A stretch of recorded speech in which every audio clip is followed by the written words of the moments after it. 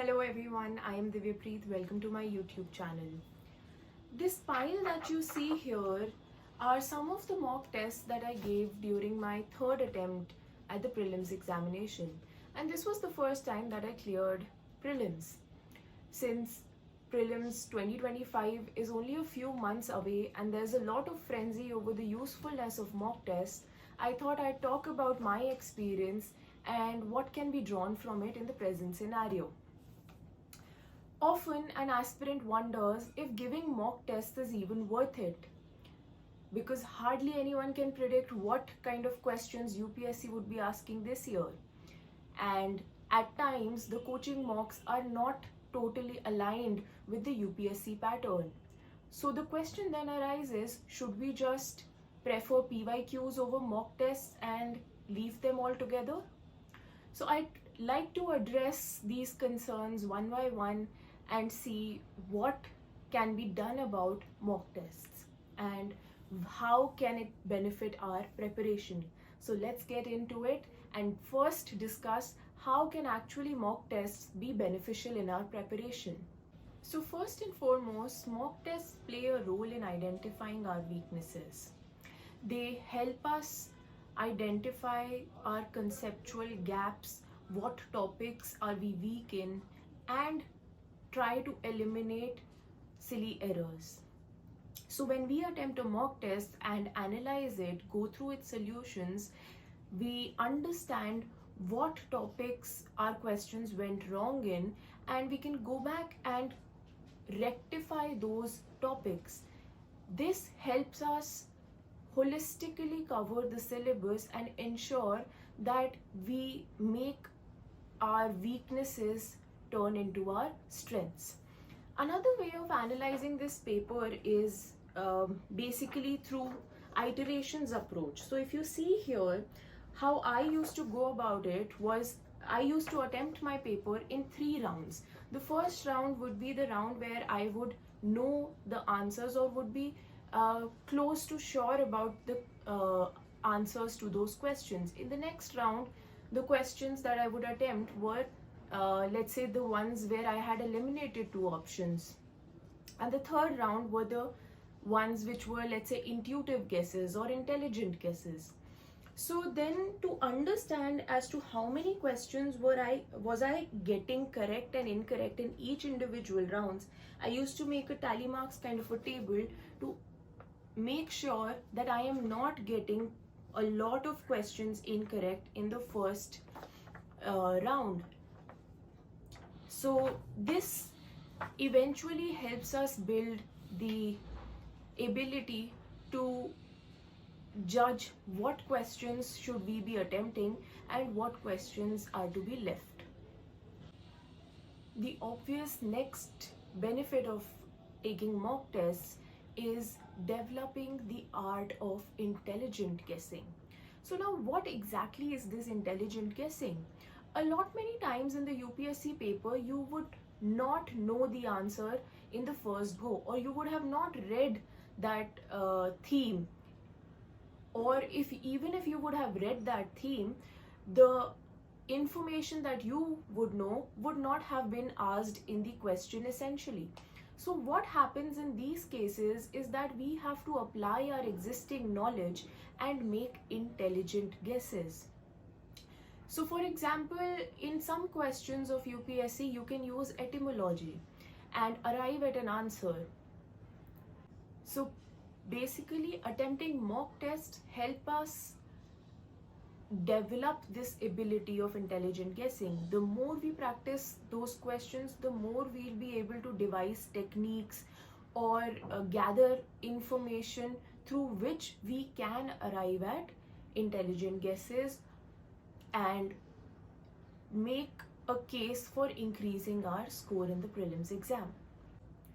So often we wonder what is the optimum number of questions that we should attempt in a mock test or even in the actual prelims examination. So mock tests play a role over here. How? Because the number of mock tests that we attempt, we get an idea of what is the kind of sweet spot for us when it comes to the optimum number of questions. For someone it could be 80, 85 questions. For some other person it could be 90.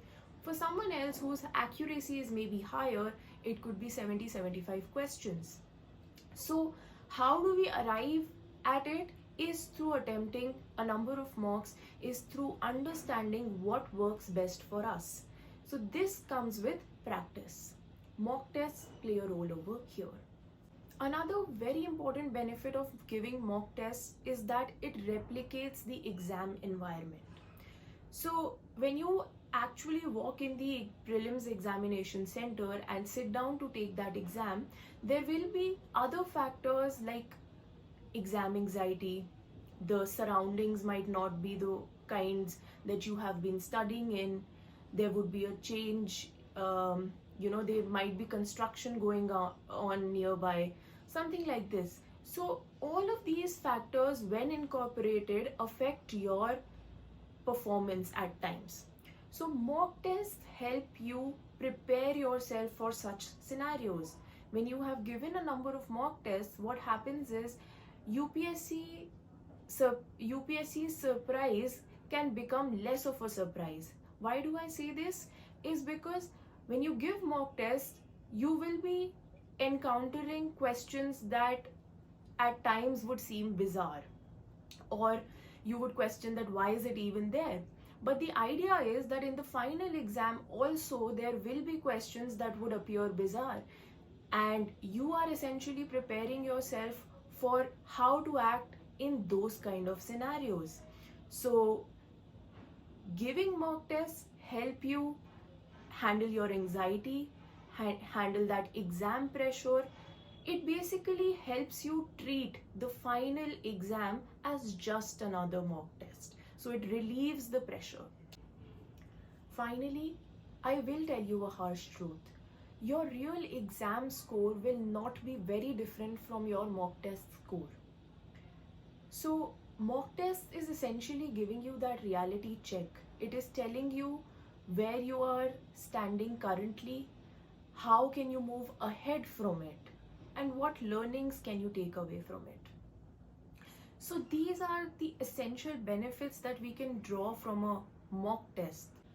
Now what happens is aspirants often fear taking mock tests.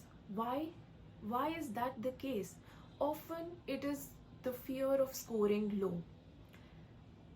I would like to tell you that you have to change your perception over here. You have to change your mindset. How? You have to shift your mindset from a score-oriented mindset to a learning-oriented mindset. When you look at a mock test from a perspective of, let us learn what we do not know from this mock test, or let me see what new things can I derive out of it, or how can I better my preparation using this mock test, you shift your focus from that number. At the end of the day, it is just a number, and that number can change with the right efforts. There is another concern often in the minds of the aspirants, that how many mock tests should we actually give? So this number actually varies person to person. For someone, giving more mock tests is a way of revising the syllabus, and through that they can learn better.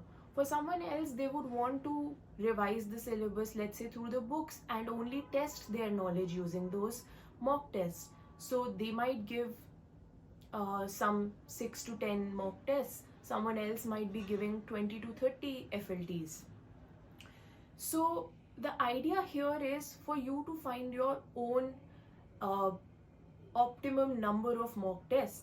Essentially, if I were to suggest 6 to 8 FLTs one should be doing at the least, because these help in a lot of ways to build your strategy for the final day.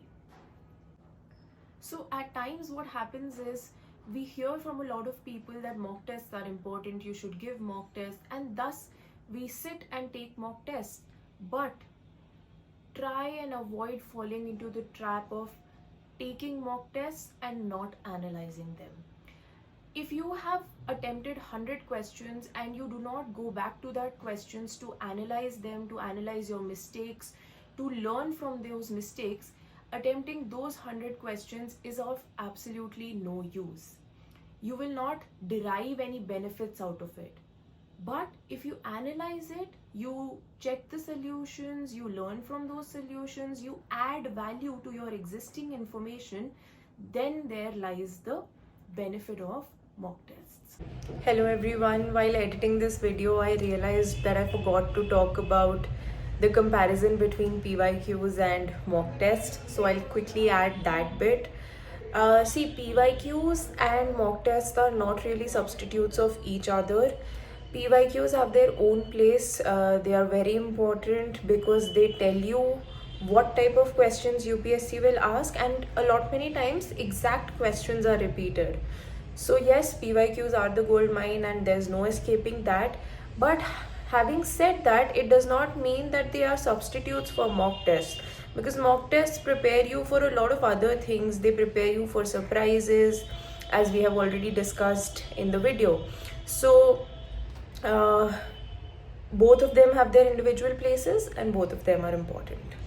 So in conclusion, I would suggest that you try and take as many FLTs as possible before Prelims 2025, especially on Sundays from 9:30 to 11:30, so that your body gets into the rhythm of attempting a mock test or attempting tests in 9:30 to 11:30 on Sundays. All the very best, and I'll see you in the next one.